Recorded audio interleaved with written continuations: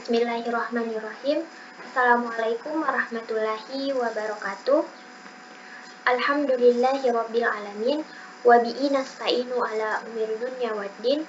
Wassalatu wassalamu ala asrofil anbiya'i wal mursalin Sayyidina Muhammad wa ala alihi wa ashabihi ajma'in amma ba'du. Pertama-tama marilah kita panjatkan puja dan puji syukur atas kehadirat Allah Subhanahu wa taala atas segala berkat rahmat dan hidayahnya sehingga saya dapat melaksanakan presentasi pada hari ini.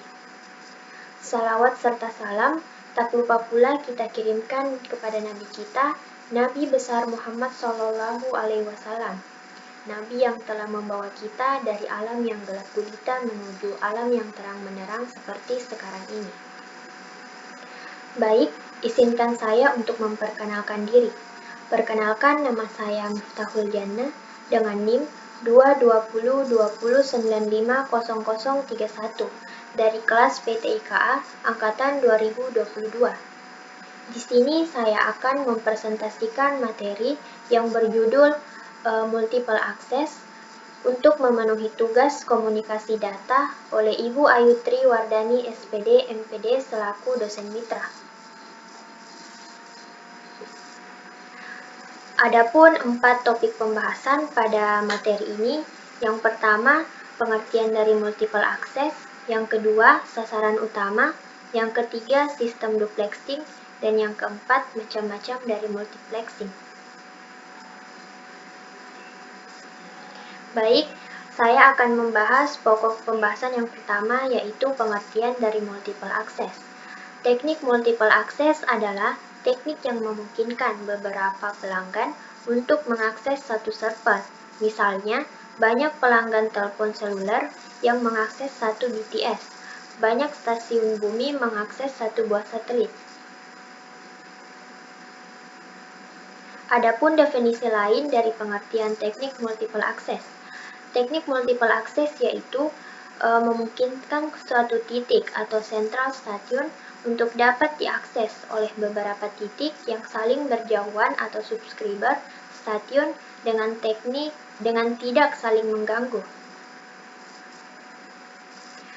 Pokok pembahasan yang kedua tentang sasaran utama pada teknik multiple access. Pada sasaran ini terbagi menjadi dua. Yang pertama, strategi multiplexing. Bagaimana sirkuit-sirkuit individu digabungkan ke dalam spektrum radio sehingga dapat memungkinkan banyak user yang dapat mengakses secara simultan. Yang kedua, channel assignment. Bagaimana user diberi sirkuit secara spesifik sesuai dengan kebutuhan. Adapun gambar pada yang dapat kita lihat di samping tadi. Selanjutnya, pokok pembahasan yang ketiga, yaitu tentang sistem duplexing. Pada sistem komunikasi dua arah disebut dengan sistem duplex. Terdapat dua teknik sistem duplex yang sangat populer, yaitu VDD dan juga TDD. Baik, saya akan membahas yang pertama itu VDD, yaitu sebuah komunikasi arah kirim dan terima menggunakan frekuensi carrier yang berbeda dalam satu waktu yang sama, yang dapat kita lihat pada gambar di samping. Selanjutnya yang kedua yaitu TDD, komunikasi arah kirim dan terima yang menggunakan frekuensi carrier yang sama tetapi menggunakan tipe slot yang berbeda. Dan dapat kita lihat juga pada gambar di samping. Selanjutnya, materi keempat tentang macam-macam dari multiple access. Pada macam-macam multiple access ini terdapat 4. Yang pertama itu VDMI, yang kedua TDMI, dan yang ketiga CDMI.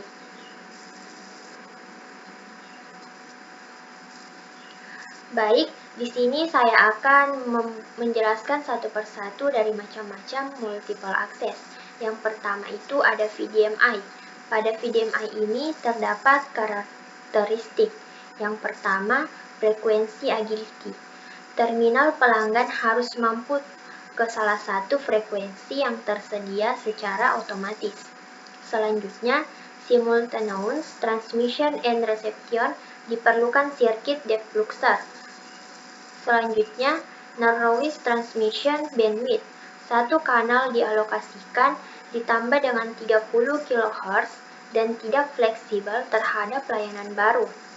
Kemudian, lower transmission overhead. Transmisi dalam kanal VDMI adalah kontinu atau hampir sama dengan transmisi karir dalam sistem wireline. Selanjutnya, handoff atau complexity. Pelaksanaan handoff tanpa terjadi pemutusan hubungan amat sulit dilakukan. Lalu, kapasitas sangat tergantung pada spektrum frekuensi atau bandwidth yang tersedia. Selanjutnya, untuk mencegah interferensi antar kanal, perlu guardband. Pada slide selanjutnya itu terdapat sebuah tampilan gambar tentang frekuensi division multiple access atau VDMI.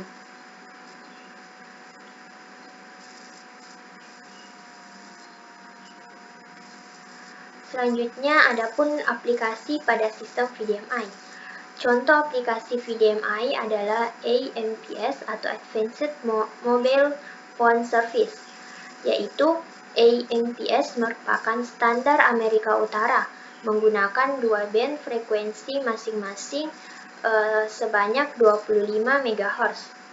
Lalu, komunikasi dari MS ke BTS atau reverse link menggunakan frekuensi sebanyak 824 sampai dengan 849 MHz. Komunikasi dari BTS ke MS atau forward link menggunakan frekuensi sebanyak 869 sampai dengan 894 MHz. Kemudian setiap kanal mempunyai bandwidth sebesar 30 kHz.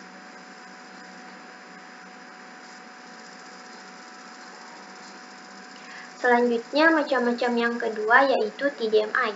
Adapun karakteristik dari TDMI yaitu multiple circuit per RF carrier. Multiple system TDMI mulai dari 2 sampai dengan 30 sirkuit per RF carrier tergantung aplikasinya. Selanjutnya, pemancaran dan penerimaan slot secara bergilir memungkinkan tidak digunakannya sirkuit duplexer seperti yang diperlukan di dalam VDMI diganti dengan transmitting atau receiving switch yang lebih simple. Lalu, bandwidth transmission yang lebih besar, biasanya 20 sampai dengan 30 kHz, dapat memperbaiki performasi akibat interferensi dan multipath feeding lebih fleksibel untuk layanan baru. Pada slide berikutnya itu terdapat juga gambar Time Division Multiple Access atau TDMI. Selanjutnya, aplikasi sistem TDMI. Adapun contoh aplikasi TDMI adalah GSM atau Global System for Mobile Communication, yaitu GSM merupakan standar Eropa menggunakan dua band frekuensi masing-masing sebanyak 25 MHz. Kemudian, komunikasi dari MS ke BTS atau reverse link menggunakan frekuensi kira-kira sekitar 890 sampai 915 MHz. Sedangkan komunikasi dari BTS ke MS atau forward link menggunakan frekuensi sebanyak 935 sampai dengan 960 MHz. Maka setiap kanal atau karir mempunyai bandwidth sebesar 20 kHz. Pada bandwidth sebanyak 25 MHz dibagi menjadi 124 karir. Setiap karir dialokasikan 8 time slot. Oleh sebab itu, GSM mengaplikasikan teknik VDMI dan TDMI. Selanjutnya, macam-macam multi-akses yang ketiga yaitu CDMI. Adapun karakteristik dari CDMI yaitu yang pertama, CDMI merupakan salah satu aplikasi teknologi multiple access split spectrum.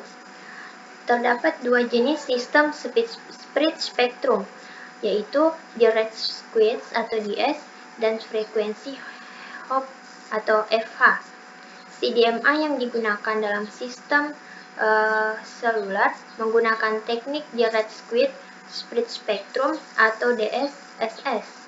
Dalam DSSS transmitter, setiap signal informasi pelanggan dimodulasi dengan suatu PN code yang unik untuk men-spread sinyal informasi asli.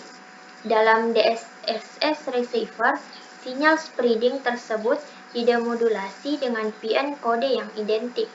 Selanjutnya, ratio antara bandwidth dari spreading signal terhadap sinyal informasi aslinya pada umumnya disebut processing gain.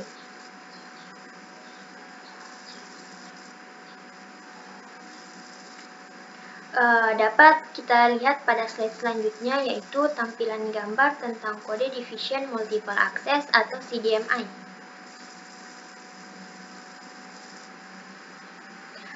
Terima kasih, mungkin itu saja pemaparan materi dari saya tentang multiple access. Mohon maaf bila ada kesalahan kata ataupun ucapan selama presentasi tadi. Saya akhiri dengan ucapan wassalamualaikum warahmatullahi wabarakatuh.